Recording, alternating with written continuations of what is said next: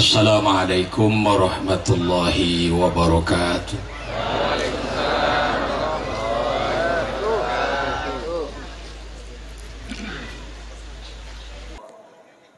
Khususon guru kita sekalian,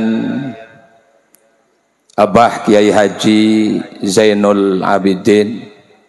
Punten maaf Abah, tidak bisa saya sebutkan gelar-gelarnya, takut salah, kebanyakan. Kas ngapal-ngapal gelar salah pisan.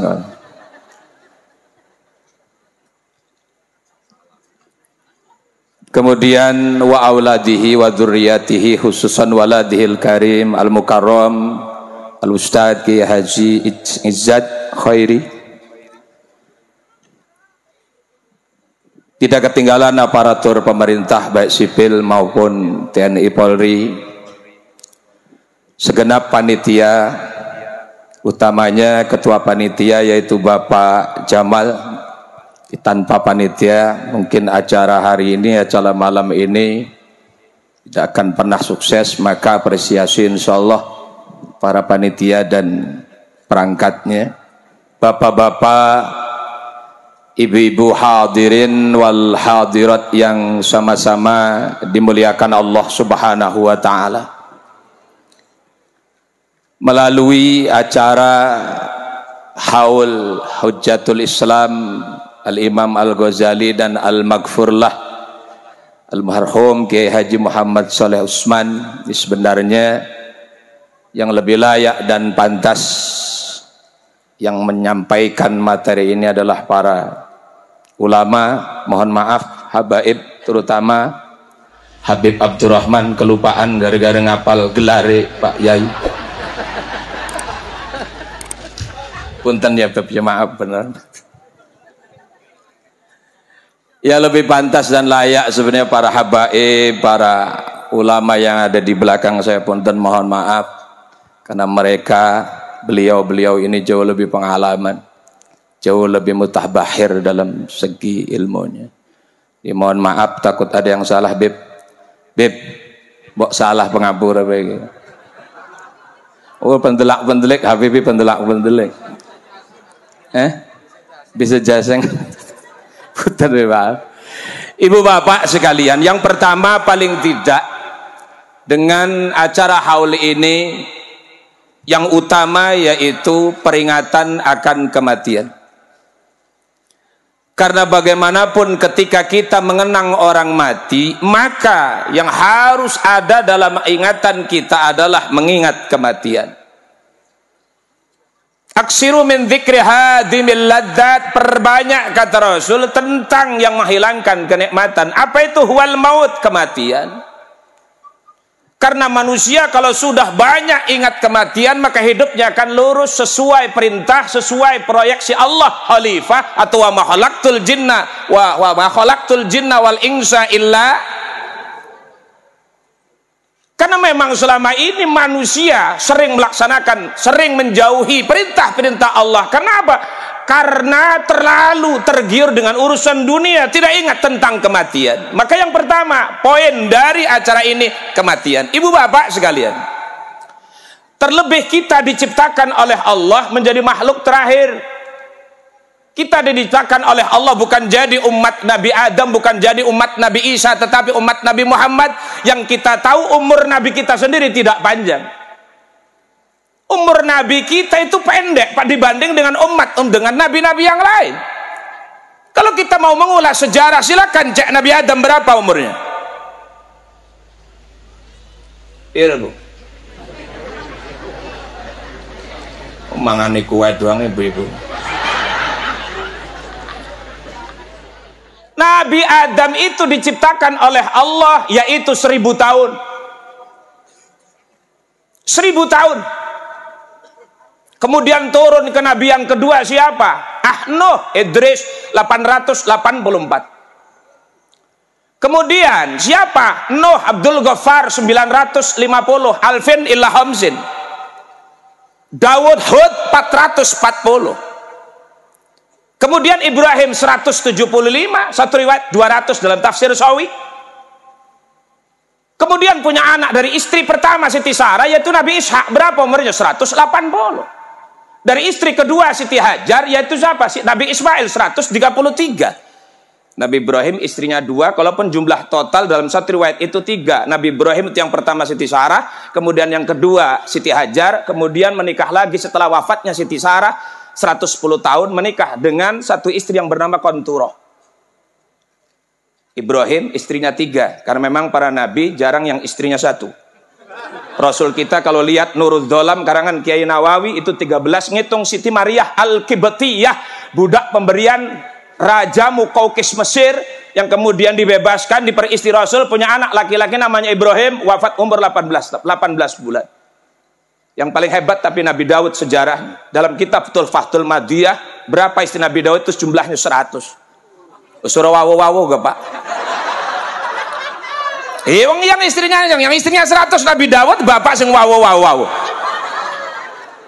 Artinya apa? Ya emang begitulah ceritanya. Nabi Daud itu di samping seorang nabi, beliau seorang raja. Kerajaannya diwarisi dari mertuanya siapa? Tolut. Karena Nabi Daud punya jasa membunuh Jalut dengan ketepelnya. Sampai kemudian ada film. Yang terjemahan film itu dari terjemahan surat Al-Baqarah ketika Nabi Daud perang dengan Raja Tolut.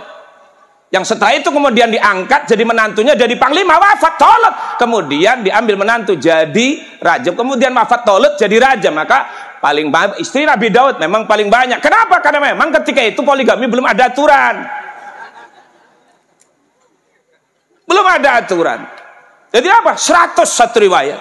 Diboleh dibikiri tapi jangan dibayangkan. Ya kalau dipikir hebat, satu laki-laki satu suami memberikan nafkah, istri 100 mampu. Tapi kalau dibayangkan repot, kapan gue celanane?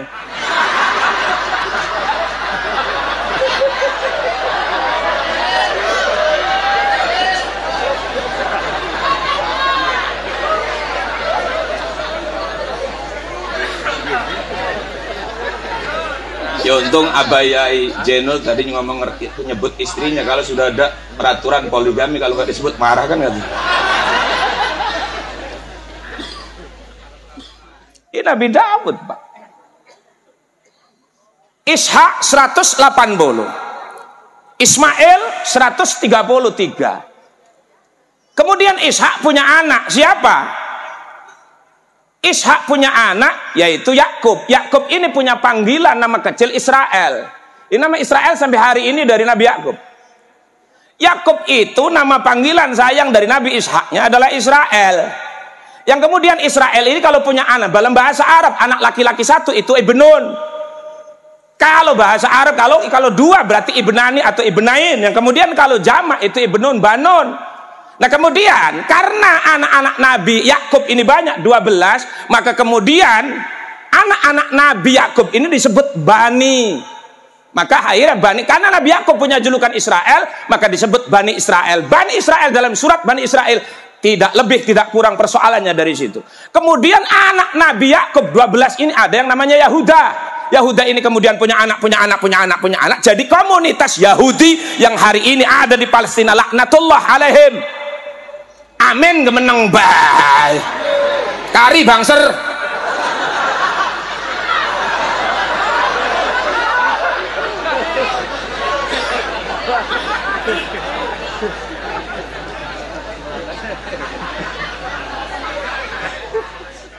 Dari anak Nabi Yakub ini, Yakub umurnya berapa? 147.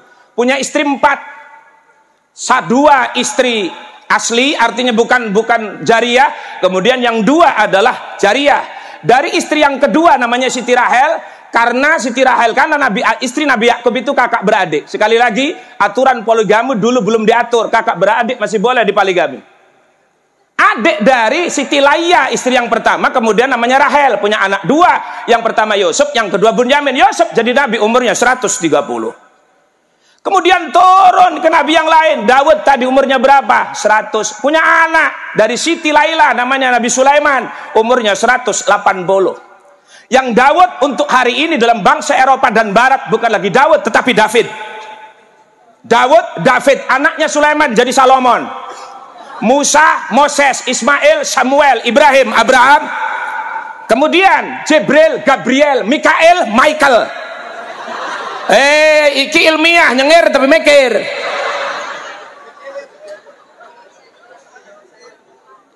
Michael itu Mikael, Pak, Bu. Maka kemudian ibu bapak punya anak laki-laki diberi nama Mikael, Michael, baik, hebat. Kenapa? Karena Mikael itu tadi di bahasa Ibrani. Mika itu satu kelima, El satu kelima. Mika itu artinya abdun, El artinya Allah. Mikael itu hamba Allah. Bagus, Mikael, Michael, gagah. Michael Jamal ketua panitian diuangnya kan.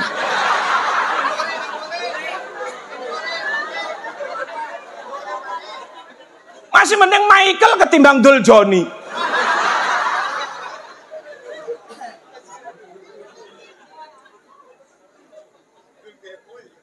Jangan salah. Sekarang sudah mulai dirubah. Orang-orang Barat, orang-orang Eropa nggak berani merubah malaikat Israel. Jibril kan Michael, Jibril kan Gabriel, Mikael Michael, Israel nggak berani. Lihat mbok modar.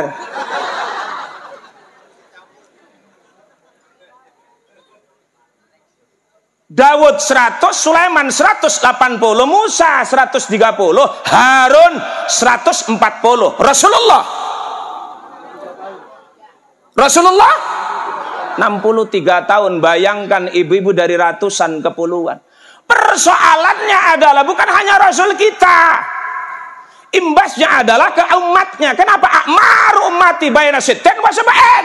Umur umatku tidak jauh dari umurku. Sittin 60, sab'in 70.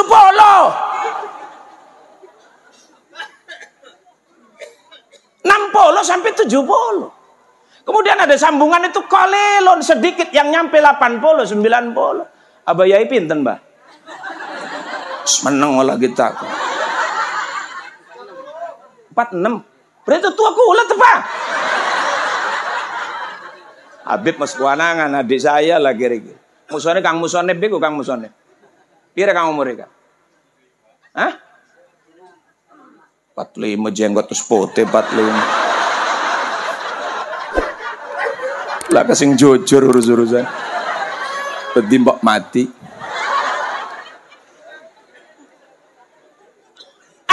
Ummati mabena sittin wa sab'in. Umur umatku tidak akan pernah jauh dari umurku 60 sampai 70. Bahkan kalau kita lihat orang-orang besar di agama kita siapa? Termasuk Hujatul Islam, berapa umurnya? 54. Imam Syafi'i sama 54. Abu Bakar 63, Umar 63, Utsman agak panjang 81, Ali 62. Imam Syafi'i tadi 54. Kemudian siapa? Imam Nawawi, bukan Syekh Nawawi, Imam Nawawi cuma 40 tahun. Umar bin Abdul Aziz 38.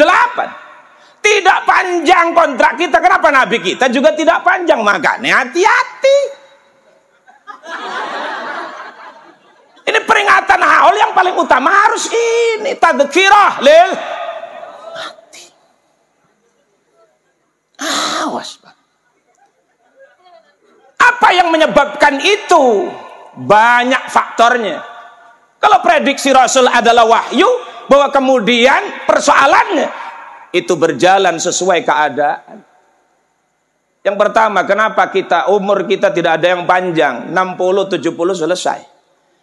Karena gaya hidup sekarang ini sudah nggak sehat, Abaya. Kalau dulu ada yang 80, 90, masih banyak yang. Kalau di perkampungan itu banyaknya, ada yang 100. Kenapa? Gaya hidup sehat kemanapun masih jalan kaki. Rasulullah umur 63 tahun belum pernah sakit, Pak. Sekali sakit 2 bulan itu setelah pulang haji terakhir yang disebut wada. Kemudian wafat. Artinya tidak pernah sakit karena Rasul kemanapun jalan kaki. Orang tua kita dulu saya yakin Cilegon dan Lampung sama. Ada orang Cilegon pindah ke Lampung. Sama karena banyak jalan kaki, umurnya panjang-panjang. Sekarang nggak ada orang jalan kaki. Kalau ada pagi-pagi jalan kaki, wis kenang penyakit. Los.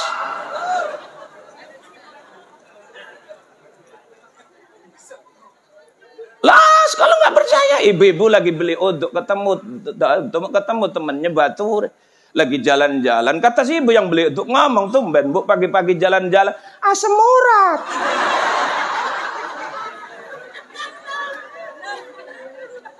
Bapaknya ketemu di jalan, tumben Pak. Setruk mau bisa melaku, Pak, mau setruk melaku. Ya, gaya hidup kita yang sudah tidak sehat. Dulu bapak yai kita umur 60-70 tahun masih berani makan brabek kambing. Kenapa? Karena malam hari makan brabek, pagi harinya bawa cangkul dipuang, bawa cangkul dipuang. Untuk apa? Aktivitas. Maka metabolisme tubuh itu lumayan luar biasa. Sehat. Nah sekarang, Masya Allah Ustadz Izzuddin, wong ibu-ibu beli tempe 100 meter ngedar-ngedar kali ke katon daster bolong nunggang motor mio ning Cilegon. Hah? Sama? Berarti di Cilegon kan asalnya sing kene, Dul.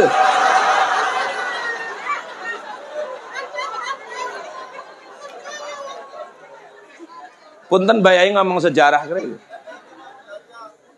Cocok bae, bur cocok. Gaya hidup yang sudah tidak sehat, coba. Makanya orang tua kita dulu itu kalau untuk umur Masya Allah. Sekarang awas hati-hati. Musim mati itu mendadak. Jadi mati itu persis kayak tahu bulat. Lihat, dadakan.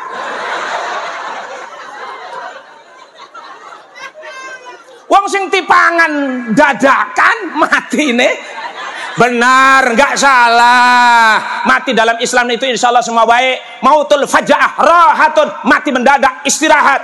Wa aksaru suhada'i ummati ashabul furas. Paling banyak umatku mati syahid di tempat pembaringan. Karena apa? Sakit. Mati mendadak baik, mati sakit pun insya Allah baik. Tetapi paling tidak fenomenanya seperti itu. Kalau dulu ada orang mau mati itu, Pak, Ibu, paling tidak ada istilah bekasi, memekasi. Ada isyarat, ada tanda. Bocah, seminggu kemudian, seminggu nanti, coba kita punya persediaan padi, coba digiling, karena seminggu kemudian nanti banyak tamu.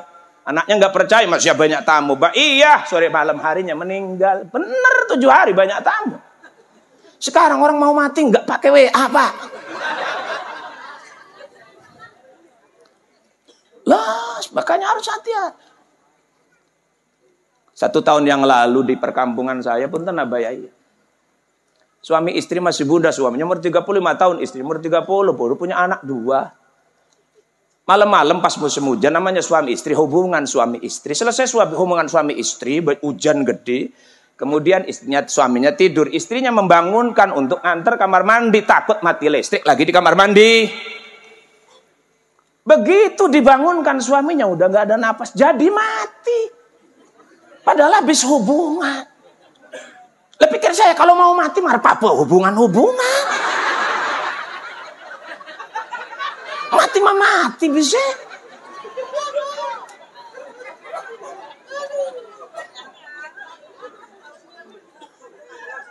Tubuhnya digerak-gerakan, nggak bisa gerak. Ternyata memang mah. Begitu diumumkan di pengeras jam 11 malam, semua ibu semua ribut. Pak maghrib riungan dengan saya. Salat isya main-main dengan saya.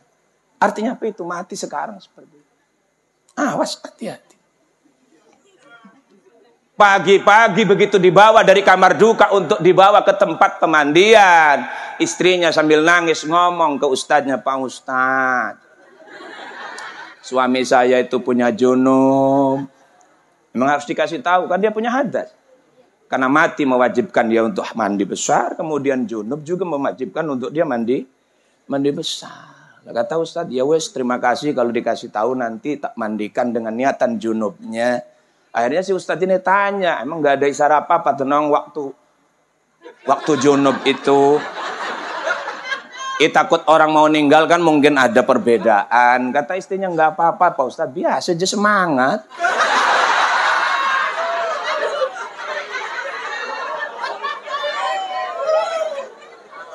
Tetapi ya karena Allah akhirnya dimandikan. Apa? Mandinya biasa.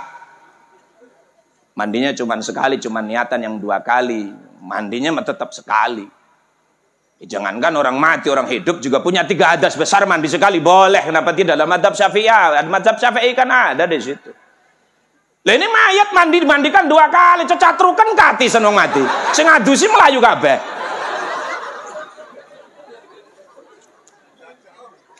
Artinya apa? Ibu bapak sekalian coba, Masya Allah.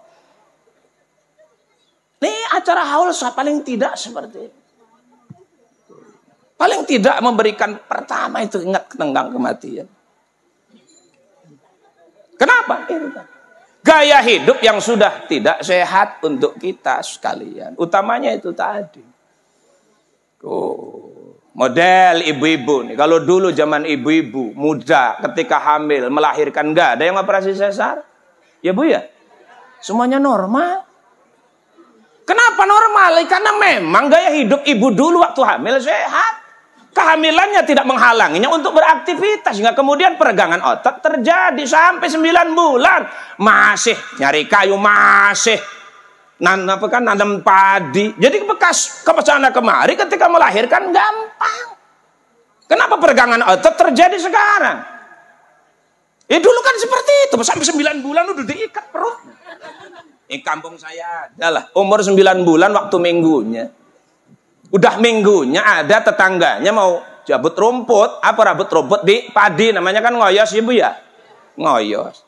Ngomong teh milu se, usur milu-milu mbok ngelairaken ning koyosan. Tapi kesel kita ning omah. Terserah lah.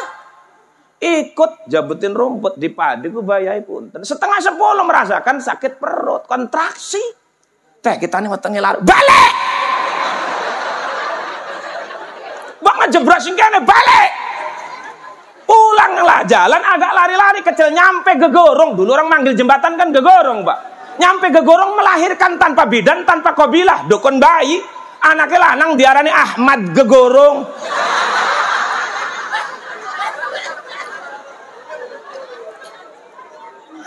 Apik dianggap mainan serius. Bukan cerita bohong, nyata bayai. Artinya apa? Tanpa proses yang namanya bidan, tanpa yang namanya kobilah. Apa kobilah? Bahasa Arab, bahasa kitanya apa? Dukun bayi. Memang benar kalau dukun, kalau yang namanya proses kelahiran, dukun bayi dan bidan itu plus minus. Kalau yang namanya dukun bayi itu plusnya dia sabar, dia tanpa pamrih. 3 hari 3 malam gak keluar, tetap dia lulus-lulus bebayai perut. Sabar, kata yang melahirkan, Nyai perut saya laki sakit abad. Kata si Nyai, kata kobilah dukun bayinya. Nanti kalau sudah lihat bayimu nanti hilang sakit. Benar. 1 hari nggak melahirkan terus. Tahu sama tapi tidak di Lampung. Kalau Cilegon tuh bayi, kalau ada orang mau melahirkan pintu jendela semua dibuka. Sini sama nggak? Ada nggak yang kayak gitu? Ya. Ternyata pinter dan jelinya orang tua kita dulu.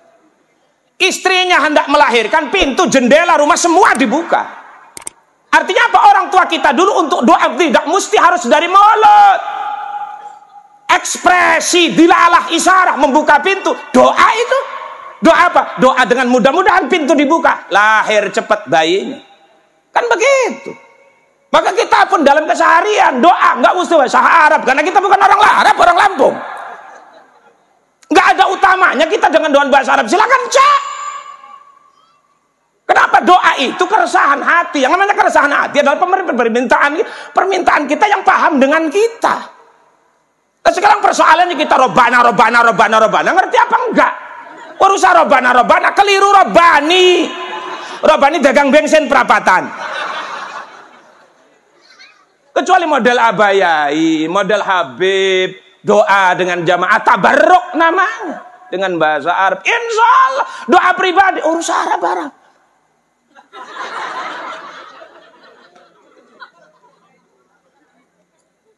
Pintu dibuka, doa.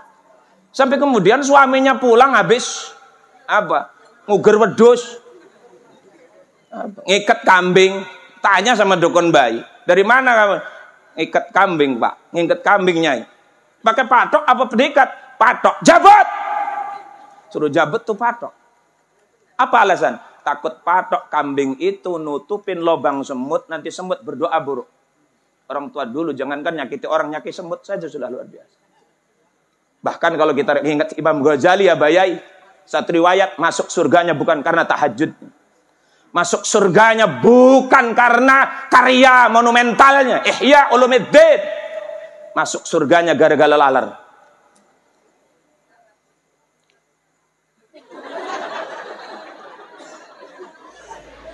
Peser pendelak-pendelik kawan. Yang pendelak-pendelik. ngajak rusuh.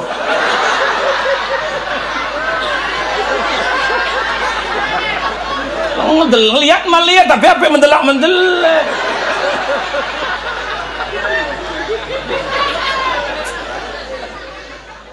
Silakan Imam Ghazali Hujjatul Islam masuk surganya dalam satu riwayat, diampuni dosanya satu riwayat, bukan karena amaliyahnya tetapi karena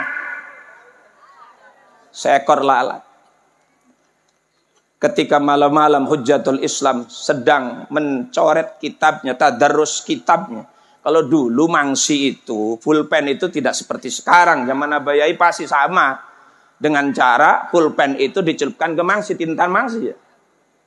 Nah itu, jadi Imam Ghazali itu ketika hendak mencelupkan penanya ke tinta itu, nyatanya ada lalat lagi minum. Laler nginum. Maka kemudian Imam Ghazali kasihan, padahal lalat binatang yang boleh dibunuh. Tapi ditundanya. Kenapa? Karena takut lalat itu lagi kehausan. Jadi nyoret kitab yang sangat begitu penting ditunda karena menghormati, sayang kepada lalat. Kemudian setelah lalat pergi terbang, baru coretan itu diteruskan oleh masuk Islam, masuk surganya, bahkan kemudian diampuni dosanya gara-gara lalat. Artinya apa? Karena Islam kita punya konsep tidak lagi memanusiakan manusia tapi juga memanusiakan binatang.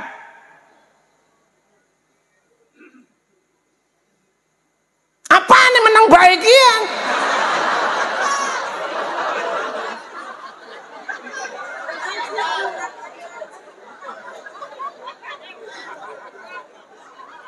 Ngomong mendelek masih pada menang. Jatuh. Sampai patok itu akhirnya apa? Dikhawatirkan seperti itu. Maka akhirnya kata dukun bayi cabut.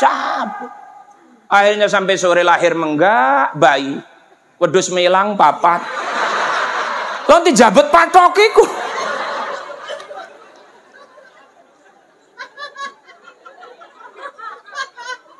Ini Masya Allah Pak. Loh kalau sekarang bagaimana? Makanya ya Bayai Habib silakan bareng-bareng coba. Sunnah wa yusannu disunnahkan dulu. Ketika kita berakikah anak kita, akikah itu dagingnya disunnah itu dibagi matang kecuali kurban baru mentah. Kalau akikah matang jangan dirubah-rubah hukum Islam. Ini kadang-kadang dibalik. Iya, akikah itu sunnahnya dibagikan matang. Kenapa akikah dibagikan matang? Karena yang namanya akikah itu tidak punya waktu. Artinya kalau dibagikan matang tinggal makan. Kalau dibagikan mentah, kan kalau dibagikan mentah namberokan. Ini yang saya alami dulu Pak Yai. Pulang ke rumah saya tuh dikelilingi komplek. Pak, ini persoalan komplek hati-hati. Rumah saya dikelilingi komplek. Akhirnya saya diundang untuk akikahan. Udah pulang karena Ustadz dapat dua porsi. Nah, Bayai mulai telur geli. Ya memang isyarat sebenarnya Bayai dapatnya 3, harusnya juga rumahnya juga 3, istrinya 3. Makanya si Jibayai disebut mau kan, waktu saya wati juga kan. Salahnya ngomong-ngomong disebut mau. Akhirnya pulang dapat 2. Begitu saya pulang jam 5 sore, anak sudah nunggu depan pagar. Namanya anak kecil begitu dapat, begitu abahnya pulang dapat berkat kan, senang langsung abah pulang. Ya wes, kemudian saya bagi 2 yang datang, kemudian saya bagi satu-satu. Begitu setelah dibagi, saya motor, begitu setelah dibagi dibuka dilempar. Lah kata saya kan marah, ngapain dilempar? Ngomong kenceng, mentah. Apa sih mentah? Iwake. Jadi kalau ada akikahan mentah berarti wonge mentah.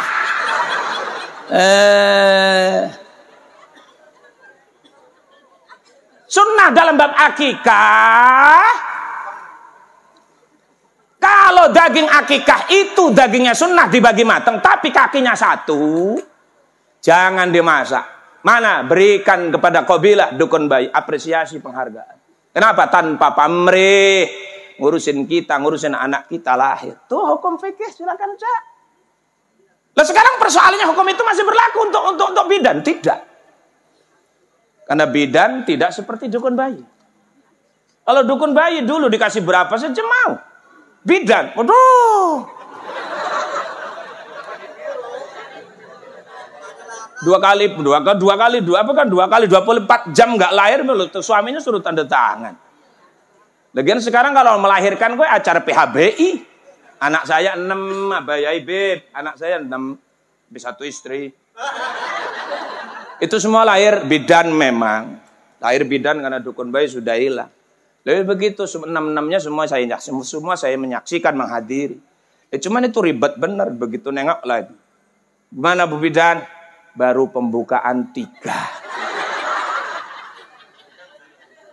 Nunggu lagi ngopi ku bayai di belakang. Oleh serokok sebatang ngomong, gimana Bu Bidan? Pembukaan 5. Ngarep ngelahiran pembukaan. Kapan tahu siae?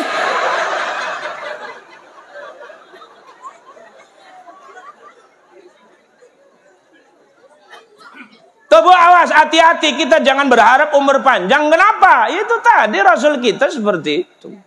Gaya hidup yang pertama. Yang kedua, makanan yang kita makan sudah nggak sehat. Ya Pak ya? Nggak sehat. Model maaf abaya ini bukan produk manusia sekarang, orang dulu. Sekarang untuk nyampe umur 60 tahun tuh, susahnya Masya Allah. Kenapa?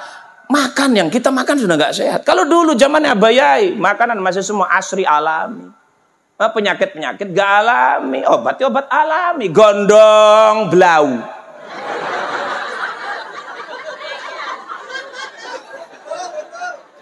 Sakit kepala, pari pahit daun, mencret, godong jambu. Ya kan Bu ya? Sekarang banyak obat, banyak penyakit. Dulu asam itu ada di pinggir, ada di ladang-ladang, ada di kebun-kebun. Sekarang asam sudah pindah, Bu. 2 tempat, 1 di kaki, 2 di perut. Semurat, asam lambung.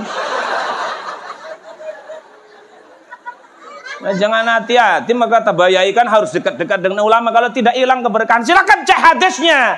Sayati zamanun ala ummati yafirruna minal ulama wal fuqaha fayabtalihimullah bisalasi baliyatin.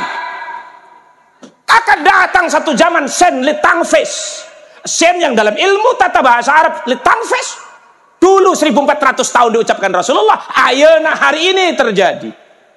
Ketika nanti umat manusia sudah jauh dari ulama, sudah jauh dari fuqaha, pada akhirnya Allah akan memberikan ujian hidup 3 hal. Yang paling ngeri, yarfa'ullahul barakata an kasbihim. Allah akan menghilangkan keberkahan dari kerja dan hasil jerih payah. Hilang berkah.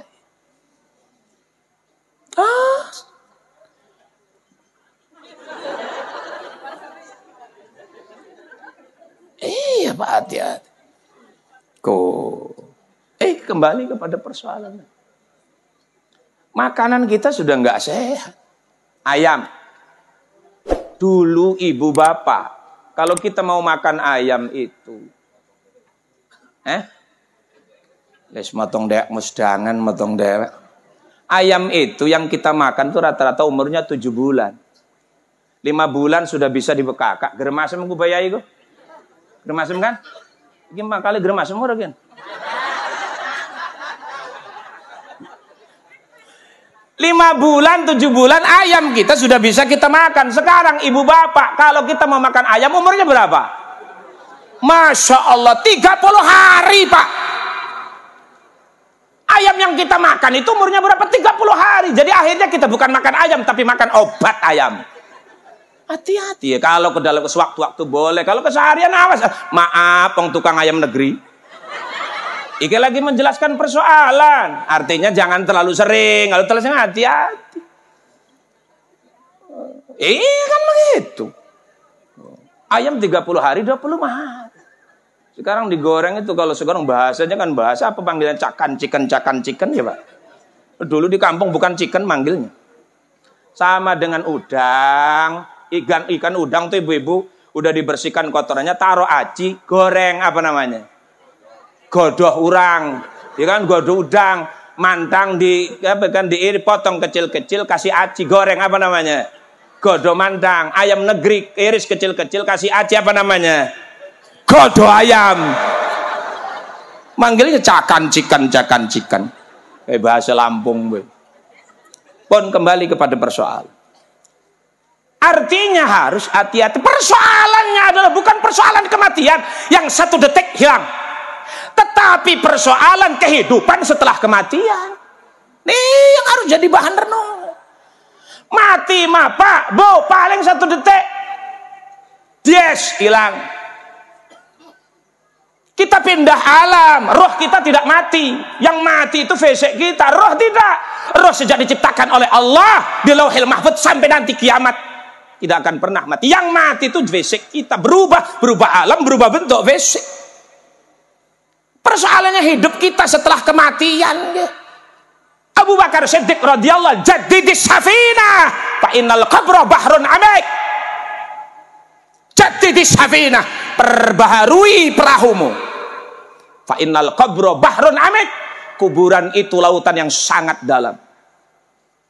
Artinya apa? Kalau kita mengarungi lautan tanpa perahu,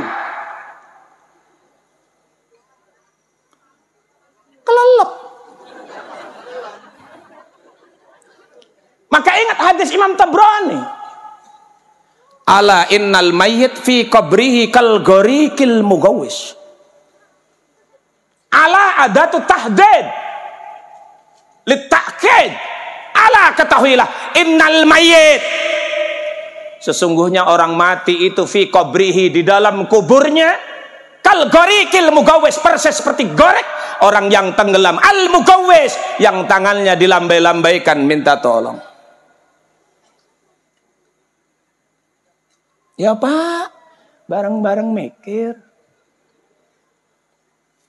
Orang mati itu di dalam kuburnya kal gharikil, persis seperti orang tenggelam, al mugawwis, yang tangannya dilambai-lambaikan untuk minta tolong. Kenapa? Yang tadiru dakwatan min waladi wa ahihi wa sahibatihi wa ikhwani. Setiap saat selalu yang tadiru, menunggu, menantikan, dakwatan, doa, min waladihi, dari anak-anak, sahibati, dari kerabat-kerabatnya, wa ikhwani, dari saudara-saudara. Nih Pak, hati-hati. Maka malam hari ini Hujjatul Islam, terutama haul dari turunan Abayai Zainul Abidin, yaitu Kak Ahmad Shaleh Utsman, insya Allah ketika dikirimi doa, los manfaat. Ya, saya ingat satu cuplikan kisah kecil dalam kitab Irsyadul Ibad. Di dalam kitab Irsyadul Ibad itu ada sebuah cerita. Punten Ustadz kalau salah, mohon koreksi. Satu ulama besar diberikan mimpi. Yang mimpinya itu diperlihatkan oleh Allah, jalur mukasyafahnya dengan Allah itu diperlihatkan penghuni-penghuni kuburan. Ya, karena beda mimpi ulama dengan mimpi kita. Kalau mimpi ulama itu isyarah. Kalau mimpi ulama itu kata Pak Yai di Mauna. Kalau mimpi ulama karomah. Kenapa? Sebelum tidurnya banyak dibaca ini, baca ini, baca ini, baca ini, baca itulah. Kalau kita tidak, mimpi kita itu beristidraj. Mimpi kita itu, masya Allah. Mau sebelum tidur mikiri kreditan. Sebelum tidur kan mikir angsuran, mikirin leasing. Maka waktu tidur pun mimpi dikejar-kejar leasing. Sampai ambekan pegel tuh ubah-ubah leasing. Mimpi ulama. Ulama ini kemudian diperlihatkan oleh Allah satu lokal, satu pekuburan, penduduknya bangkit dari kuburan. Aski Pak. Bangkit dari kuburan, kemudian semua terlihat dengan jelas, semua berkerumun setelah bangkit dari liang kuburnya, kemudian berkerumun memungut-mungut sesuatu. Tetapi ada satu bapak yang ketika bangkit dari kuburnya, dia hanya duduk bersedekap santai pinggir kuburnya. Semua berkerumun memungut-mungut sesuatu, tetapi bapak ini hanya duduk nyantai. Maka kemudian kiai ini kan memberanikan diri bertanya kepada yang duduk nyantai ini. Pak, punten, mohon maaf saya mau tanya. Kalau saya lihat penduduk-penduduk kuburan ini semua ketika bangkit dari kuburnya kemudian berkerumun memungut-mungut sesuatu. Kalau boleh saya tanya, apa yang dipungut-pungut itu?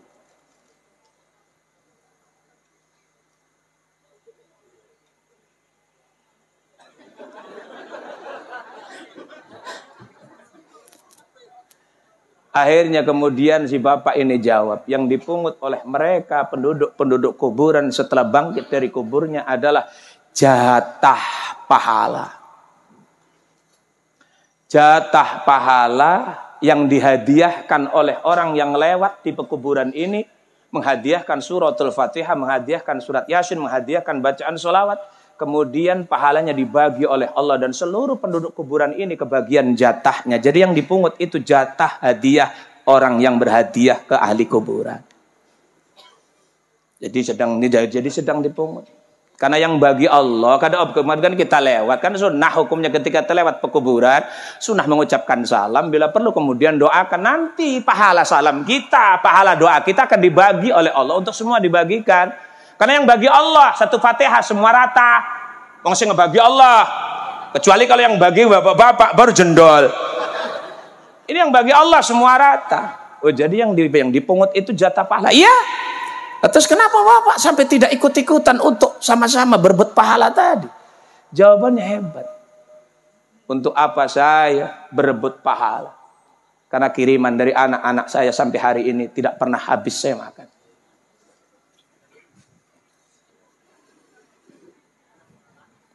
Paham kan Pak? Apa? Nih malam hari ini haul. Sholawatan, yasinan, Masya Allah, al-maghfurlah Muhammad Saleh Usman, insya Allah diampuni. Hujjatul Islam insya Allah. Dan insya Allah amwatina, orang-orang yang mati dari kita semua insya Allah sama di majlis ini semua kebahagiaan. Jadi bapak tidak berebut pahala karena bapak setiap hari dikirimi anak. Ya untuk apa saya berebut? Karena anak saya jatah dikirimkan untuk saya tidak habis untuk saya makan. Akhirnya ditanya terang-terangan. Kalau boleh saya tanya bapak hidup di mana? Saya hidup ning kampung apa nih bapak Yai? Hah? Temu Sumur Putih. Tanya. Kalau boleh alur ceritanya saya rubah di sini. Kalau boleh saya tanya Pak, bapak orang mana? Sumur Putih. Sumur Putih. Kalau boleh saya tanya, rumah bapak di mana? Apakah bapak punya anak yang selalu mengirimkan? Itu iya. Dalam cerita asli kitab Irsadul Ibad, si anaknya berjualan di pasar. Maka kiai ini untuk ngetes keaslian, kebenaran. Cerita memimpi ini kemudian pagi harinya datang di pasar. Cek langsung ketemu dengan anak yang sedang berjualan di pasar. Begitu ditanya, apa yang setiap hari dikirimkan oleh engkau kepada bapakmu? Surat Yasin, surat Al-Mulk, surat Al-Fatihah. Dan di kalimat-kalimat thayyibat yang lain. Seperti yang tadi dikemas oleh para ulama kita. Masya Allah.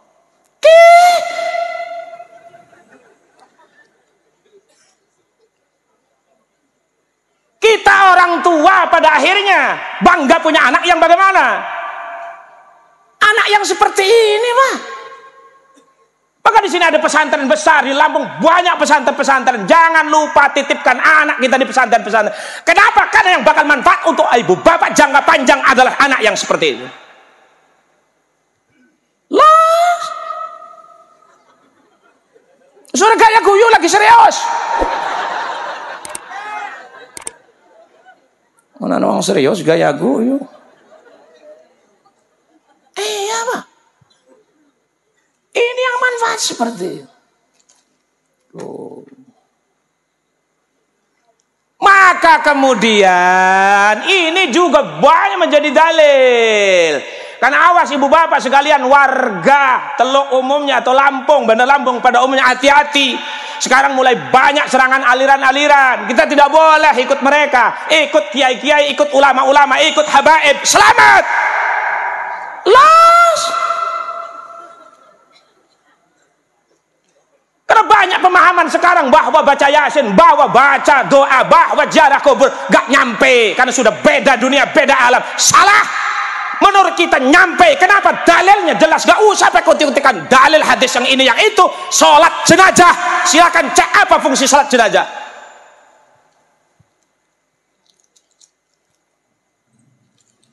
Sholat jenazah itu fungsinya tidak sama dengan sholat 5 waktu.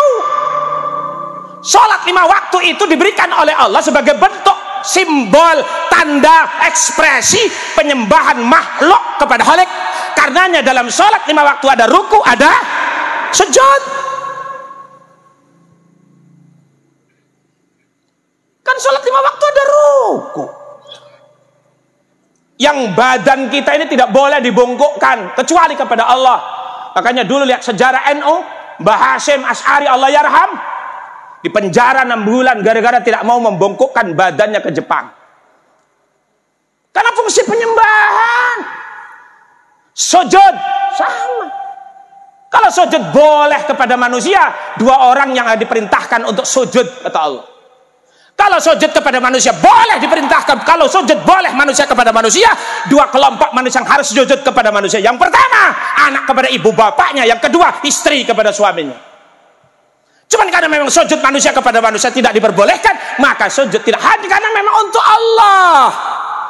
Makanya karena manusia itu ibu bapak sekalian diciptakan untuk menyembahnya, sholat adalah visual penyembahan. Karenanya sholat tidak bisa ditenggal, sholat tidak bisa ditinggalkan. Kenapa? Karena fungsi fitrahnya seperti itu. Zakat kalau kita mampu, puasa kalau kita kuat, haji apalagi, sholat tidak. Sampai nggak kuat sholat karena ada makna penyembahan ruku dan sujud. Nah, sekarang persoalannya ada di sholat jenazah. Nggak usah cari dalil, Pak.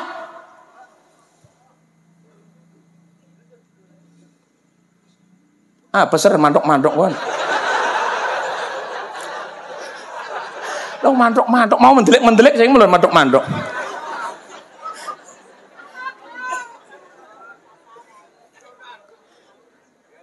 Iya, Pak. Pegal. Bapak mbari ngenom, saya menginum belakang. Arep ngenom esen Habib.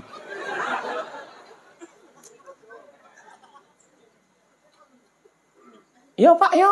Kalau gitu mau baik. Karena di sholat jenazah itu tidak ada ruku dan sujud. Karena memang fungsi sholat jenazah itu bukan untuk ruku dan sujud, untuk penyembahan kepada Allah. Tapi satu, murni untuk mengirimkan doa kepada orang. Kalau mereka yang tidak sepaham dengan kita, bahwa doa kita tidak nyampe kepada orang-orang yang mati kita, jangan sholat jenazah. Suruh betul-betul. Nyaut-nyaut atau betul. Wes betul lah. Ya Pak.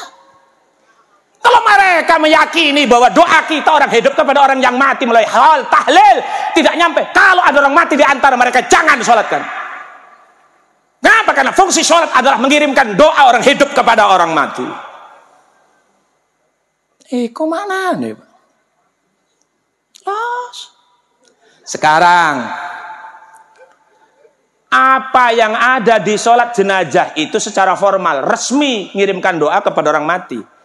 Tidak formal, tidak resminya diterjemahkan oleh abayai para ulama tadi. Ya hitung-hitungan. Takbir pertama sholat jenazah, setelah itu baca apa? Fatihah. Ya sekali Pak, jangan kayak di Cilegon. Cilegon itu kalau ada orang mati, yang sholat jenazah cuma 7 orang, 8 orang. Tetapi yang kalau gal-galil yang lahat 80 orang.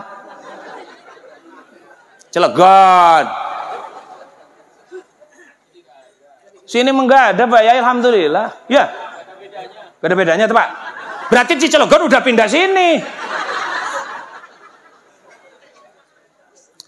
Pak nyambung hukum.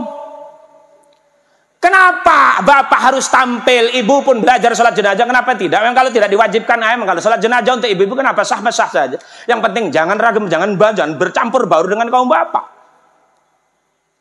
Artinya begini, kalau ada orang mati, 70 orang di liang lahat, 30 orang yang nyolat kan rugi. Ruginya apa? Ketika orang yang meninggal ini orang yang tidak punya. Ingat satu hadis Muslim, silakan dicek. Mamin rajulin yamut. Tidaklah ada seorang laki-laki yang mati. Fayusalli alaihim arba'una rijalan lam yusyrik billah. Sementara yang menyolatkannya 40 orang laki-laki yang tidak musyrik kepada Allah. Illa aujaba tidaklah seorang mati, tidaklah seseorang baik laki atau perempuan mati, kemudian yang menyolatkan 40 orang, maka wajib doanya diijabah.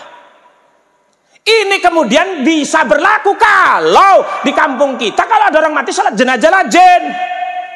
Sholat jenazah 7 orang, kuburan wong 80. Pantesan dikirimnya ketan karo do gasin enteng bah. Wong 80. Kirim kopi luwak 5 renteng, tekemane kurang. Lah sekarang persoalannya 1 lubang 80. Sing megawe sapa lain ngopi tok. Ada orangnya di sini. Nah, uangnya nang kene. Banser kayak ini. Kone kiai kok. Lah, provokator kiai ini. Apa nangkep kita, Ser? Kone kiai kok.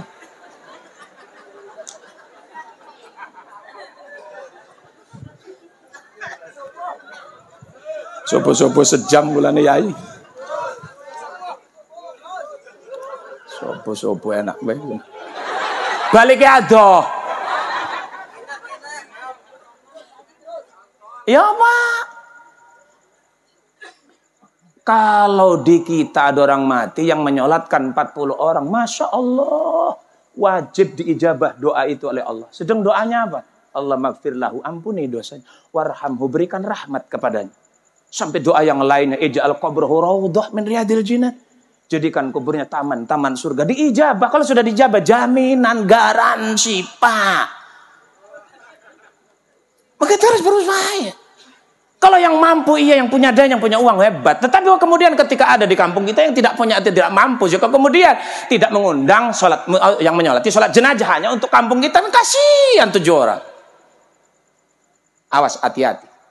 Siapa yang belum pernah nyolati jenazah, nanti kalau mati, yang sholatnya nggak banyak. Sebodoh. Nah. Ya, takbir pertama, bacaan Fatihah. Nanti saya analogikan, saya kias dengan yang dibacakan Abah Yai dan Habib-Habib tadi. Selesai takbir pertama, baca Fatihah 1. Kenapa harus Fatihah? Fatihah ini mewakili Quran. Disebutnya juga Al-Quran, Ummul Quran. Ibunya Quran. Ibu itu disebut-sebut dimanapun. Quran saja punya ibu. Kota punya ibu. Ya kan? Kota punya ibu. Ibu punya kota. Bapak harus sebut-sebut. Anak bapak yai ini Quran. Gak ada bapak yai Quran. Ibu Quran, Ummul Quran. Siapa? Pada pendelek. Ibu-ibu lah. Ummul Quran, kenapa dibaca? Yang dibaca itu Ummul Quran, tidak Yasin, tidak ayat-ayat yang lain. Karena Ummul Quran Al-Fatihah mewakili 114 surat yang lain, 6.600 sekian ayat yang lain. Artinya bahwa di sholat jenazah ada Fatihah, ini pun dibaca ketika kita tahlilan tadi. Yang pertama dibaca apa? Al-Quran, ila hadrati al-Fatihah. Setelah itu tadi Yasin. Sama dengan sholat jenazah tahlilan itu. Yang kedua setelah takbir apa? Takbir kedua baca sholawat. Bacaan sholawat itu mewakili kalimat-kalimat thayyibat yang lain. La ilaha illallah, la haula wala quwata, termasuk istighfar. Itu mewakili. Tadi yang dibaca setelah Yasin ada tahlilan, ada sholawat segala, Masya Allah, ada Habib yang memimpinnya. Masih Durriyah, kita dekat dengan Rasulullah karena ada Habib di sini. Kanan kan Beb ya? Ngomong nggak Beb, jara iya, jara oro-oro. Pelalak-pelalak doang. Punten Beb, maaf. Ya. Kemudian setelah takbir kedua apa? Takbir ketiga. Mendoakan kepada mayat. Ini semua dipraktekkan di pas acara haul tadi. Hadarat, baca Quran, terus baca Yasin. Setelah itu baca kalimat-kalimat thayyibat, sholawat, istighfar dan sebagainya. Kemudian setelah itu ditutup oleh doa. Jadi rangkaian yang ada di dalam sholat jenazah itu dipraktekkan secara tidak resminya di tahlilan. Ini katanya tidak nyampe. Setelah takbir ke tempat langsung salam. Kalaupun dalam madhab Syafi'i sunnah disambung dengan Allah la tahrimna ajrahu. Kalau dalam madhab Hanafi itu langsung. Makanya kalau di Mekah itu setelah takbir keempat langsung assalamualaikum, assalamualaikum. Karena tidak ada doa di situ. Tetapi masih nggak jadi masalah. Perbedaan adalah rahmat. Ini yang harus ditekan. Kenapa apa? Hati-hati, Pak. Tradisi semacam ini jangan sampai ditinggal. Ini poin yang kedua setelah kita mengingat tentang kematian. Jadi yang pertama melalui acara haul ini ingat tentang kematian. Kemudian yang kedua tradisi orang-orang tua kita dulu jangan sampai ditinggalkan. Kenapa? Ini yang manfaat untuk orang tua kita nanti. Nih yang perlu. Maka sekali lagi titip pesan anak-anak kita sebagai generasi penerus kita. Maka jangan sampai lupa tempatkan di pesantren-pesantren bahwa kemudian pendidikan umumnya kita jalani, agamanya juga jangan sampai ditinggal. Kenapa? Karena dengan menuntut ilmu insya Allah, termasuk malam hari ini, masya Allah, di hari yang sangat berkah. Berkahnya kenapa? Itu acara haulnya tadi ada taklimnya ada, masya Allah, ibu bapak jangan salah, taklim itu bu, kalau dibandingkan dengan amalan-amalan yang lain, pahalanya tidak akan pernah ada mengungguli taklim. Jangan salah Pak, pengajian itu jangan salah. Lebih besar pahalanya ketimbang amalan ibadah yang lain. Sekarang hitung-hitungannya adalah Rasul ketika Isra Mi'raj. Pulang Isra Mi'raj itu sulusul lail jam 3 malam. Kemudian setelah Isra Mi'raj pulang jam 3 malam. Sudah mendapatkan sholat 5 waktu yang asalnya 50 waktu. Artinya ketika Rasul jam 3, jam 4 pulang. Sudah mendapatkan sholat 5 waktu. Kemungkinan Rasul untuk melaksanakan sholat subuh, tetapi sejarah mencatat awwalu ma shalla Rasulullah, awal pertama sholat yang dikerjakan Rasul setelah Isra Mi'raj bukan sholat subuh tetapi sholat duhur.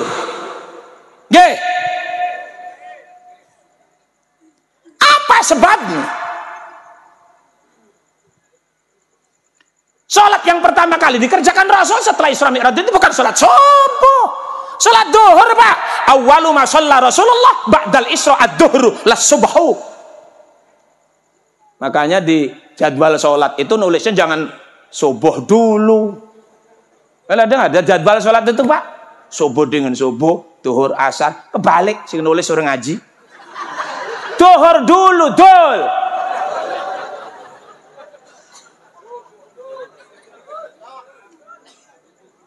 Pertanyaannya Pak, kenapa Rasul tidak langsung sholat subuh? Satu jawaban sederhana, ilmu sholat belum turun. Lah kalau sudah ngomong ilmu, ngomong taklim. Kalau sudah ngomong taklim, ngomong pengajian.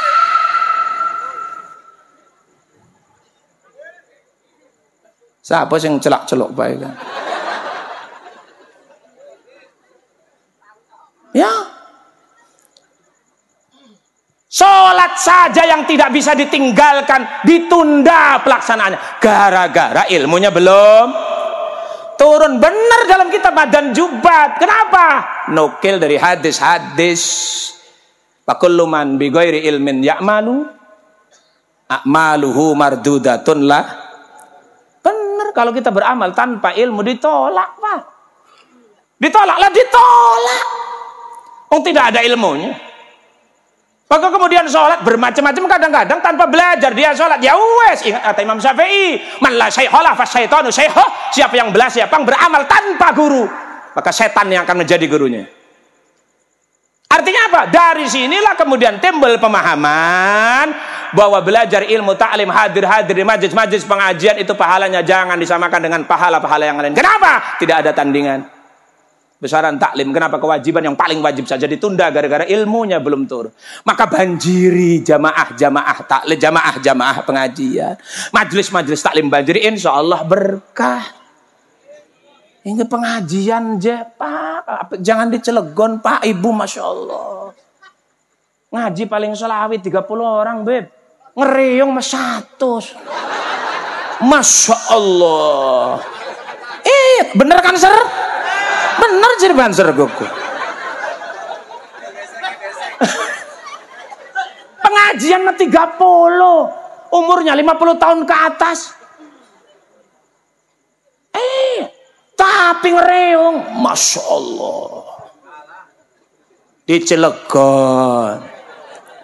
Tahu kalau di sini. Cilegon Pak kayak kono. Sampai pernah pulang maghrib agak kesorean. Begitu mandi, selesai mandi udah pakai peci, pakai koko, pakai sarung, mau keluar mau sholat maghrib, datang orang ngatur ngeriung. Kang ada di rumah? Iya. Atur ngenem di rumah. Kapan? Sekarang. Sekarang iya.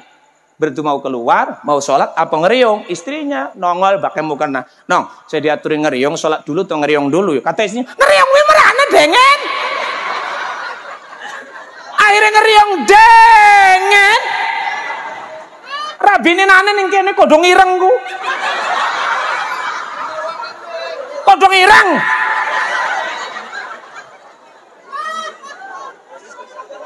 Akhirnya riungan bu sholat maghrib belum, coba gak kurang ajar.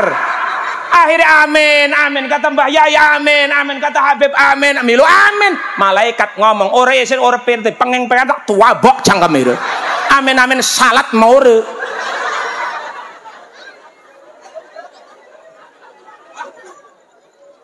Esiki mah blak-blakan bae Pak lah serek temu sebodong ngono. Kenapa? Karena memang taklim ini dasar. Ingat satu hadis ringan sajalah. Julu suka saatan fi talabil ilmi khairun lak min alfi raqatin. Dudukmu 1 jam di tempat majelis taklim akan lebih baik ketimbang tahajud 1000 rakaat. Usul masya Allah. Lo gregetakan masya Allah hadir mau orang kok. Jamal kayaknya Jamal.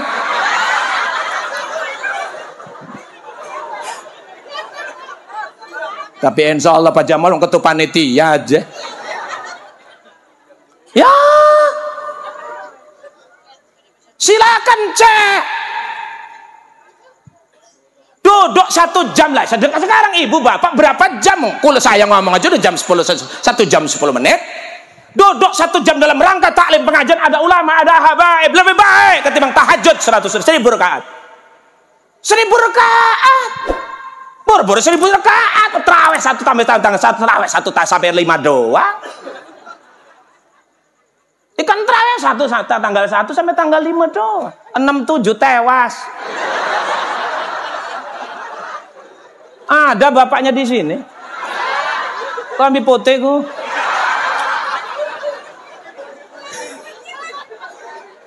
Lo ora bayai, gak masuk bayai. 1000 rakaat, masya Allah 1000 rakaat harus berapa hari? Lekat lu mulai dari jam berapa? Jam 8 habis isya. Tahajud habis isya, iya. Emang boleh tak Pak? Tahajud habis isya. Kenapa tidak?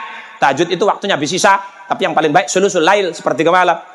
Kok bisa jam 8 tahajud? Iya, yang penting sudah tidur, karena salat tahajud itu tidur. Waktunya setelah isya. Jangan dibatas-batasi salat tahajud jam 12. Siapa yang membatasi? Jangan, salat tahajud itu sejak jam 8 boleh, setelah salat isya yang penting sudah tidur saja. Nah sekarang dapat berapa rakaat? Salat 1000 rakaat, masya Allah. Usolli sunat. Assalamualaikum. Usolli, assalamualaikum. Usolli, assalamualaikum. 1000 rakaat masuk ICU. Lah. Sekarang taklim bapak ibu 2 jam. 2000 rakaat. Sehat, waras, wareg, lewareg. Iya kue peragat kabeh go.